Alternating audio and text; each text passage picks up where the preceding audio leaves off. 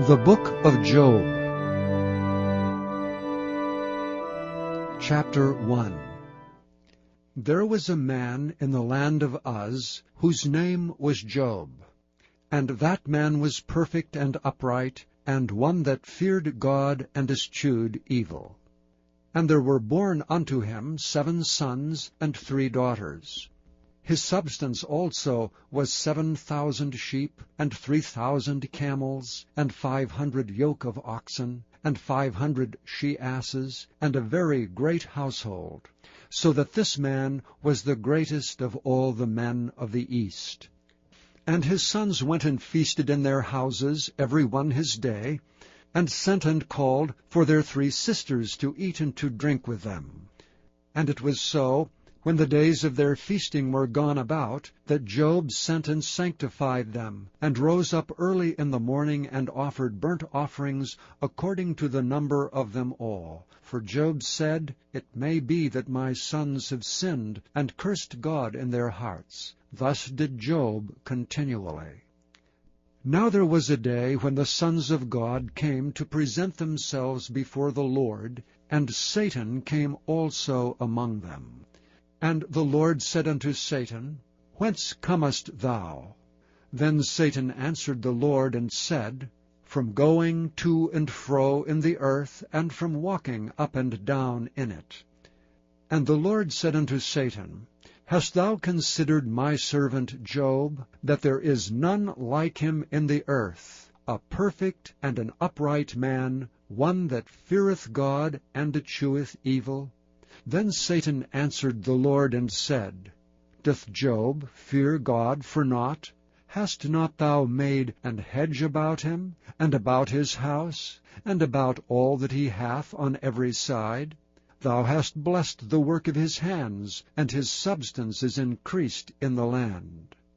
But put forth thine hand now, and touch all that he hath, and he will curse thee to thy face. And the Lord said unto Satan, Behold, all that he hath is in thy power, only upon himself put not forth thine hand. So Satan went forth from the presence of the Lord. And there was a day when his sons and his daughters were eating and drinking wine in their eldest brother's house. And there came a messenger unto Job, and said, The oxen were plowing, and the asses feeding beside them. And the Sabaeans fell upon them, and took them away. Yea, they have slain the servants with the edge of the sword, and I only am escaped alone to tell thee.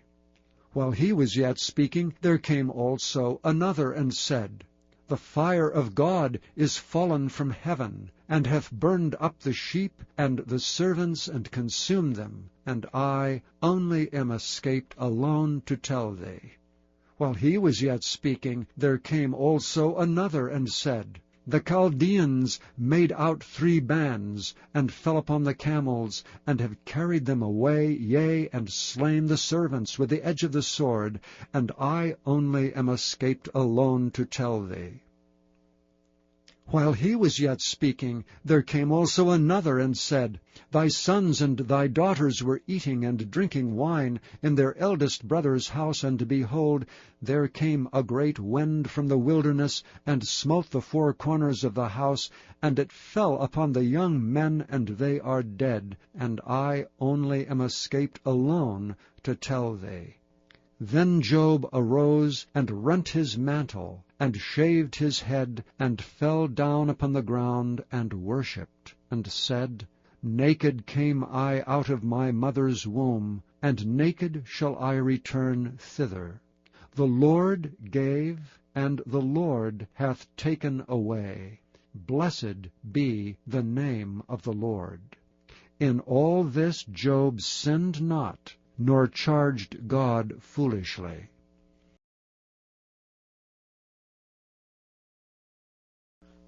Chapter 2. Again there was a day when the sons of God came to present themselves before the Lord, and Satan came also among them to present himself before the Lord. And the Lord said unto Satan, From whence comest thou? And Satan answered the Lord, and said, from going to and fro in the earth, and from walking up and down in it? And the Lord said unto Satan, Hast thou considered my servant Job, that there is none like him in the earth, a perfect and an upright man, one that feareth God, and escheweth evil, and still he holdeth fast his integrity, although thou movest me against him to destroy him without cause. And Satan answered the Lord and said, Skin for skin, yea, all that a man hath will he give for his life. But put forth thine hand now, and touch his bone and his flesh, and he will curse thee to thy face. And the Lord said unto Satan, Behold, he is in thine hand, but save his life. So Satan went forth from the presence of the Lord, and smote Job with sore boils from the sole of his foot unto his crown. And he took him a potsherd to scrape himself withal, and he sat down among the ashes.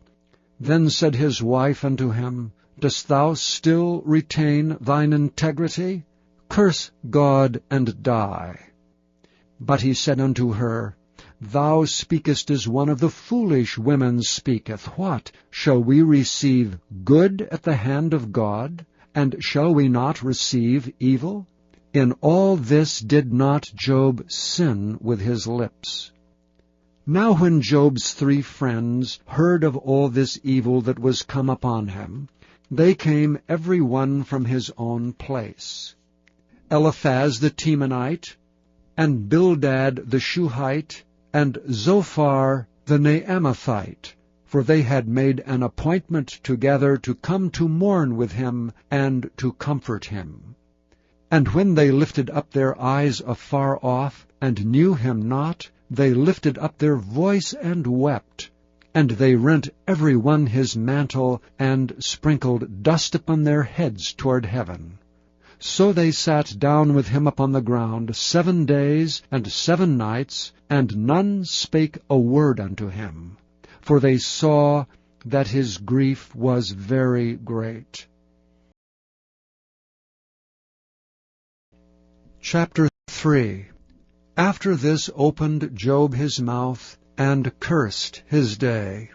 And Job spake and said, Let the day perish wherein I was born, and the night in which it was said, There is a man-child conceived. Let that day be darkness. Let not God regard it from above, neither let the light shine upon it.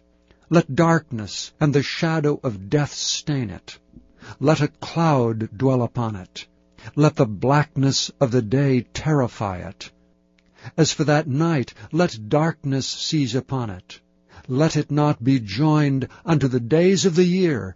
Let it not come into the number of the months. Lo, let that night be solitary. Let no joyful voice come therein. Let them curse it that curse the day, who are ready to raise up their mourning. Let the stars of the twilight thereof be dark. Let it look for light, but have none. Neither let it see the dawning of the day. Because it shut not up the doors of my mother's womb, nor hid sorrow from thine eyes. Why died I not from the womb? Why did I not give up the ghost when I came out of the belly? Why did the knees prevent me? Or why the breasts that I should suck? For now should I have lain still and been quiet. I should have slept. Then had I been at rest with kings and counselors of the earth, which built desolate places for themselves, or with princes that had gold, who filled their houses with silver, or as an hidden untimely birth I had not been, as infants which never saw light. There the wicked cease from troubling, and there the weary be at rest. There the prisoners rest together, they hear not the voice of the oppressor. The small and great are there, and the servant is free from his master. Wherefore is light given to him that is in misery, and life unto the bitter in soul, which long for death, but it cometh not, and dig for it more than for hid treasures, which rejoice exceedingly and are glad when they can find the grave. Why is light given to a man whose way is hid, and whom God hath hedged in? For my sighing cometh before I eat, and my roarings are poured out like the waters. For the thing which I greatly feared is come up on me, and that which I was afraid of is come unto me. I was not in safety, neither had I rest, neither was I quiet, yet trouble came. Chapter 4. Then Eliphaz the Temanite answered and said, If we essay to commune with thee, wilt thou be grieved? But who can withhold himself from speaking? Behold, thou hast instructed many, and thou hast strengthened the weak hands. Thy words have upholden him that was falling, and thou hast strengthened the feeble knees. But now it is come upon thee, and thou faintest. It toucheth thee, and thou art troubled. Is not this thy fear, thy confidence, thy hope, and the uprightness of thy ways? Remember, I pray thee, who ever perished, being innocent, or where were the righteous cut off? Even as I have seen, they that plough iniquity and sow wickedness reap the same. By the blast of God they perish, and by the breath of his nostrils are they consumed. The roaring of the lion, and the voice of the fierce lion, and the teeth of the young lions are broken. The old lion perisheth for lack of prey, and the stout lion's whelps are scattered abroad. Now a thing was secretly brought to me, and mine ear received a little thereof.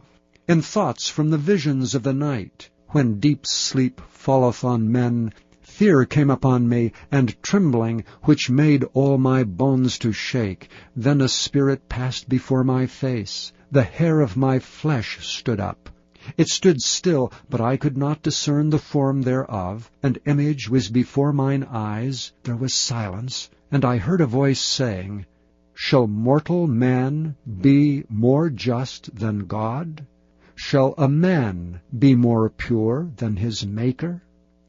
Behold, he put no trust in his servants, and his angels he charged with folly.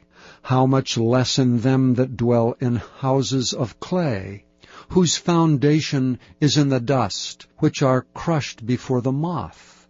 They are destroyed from morning to evening, they perish forever without any regarding it. Doth not their excellency which is in them go away? They die even without wisdom.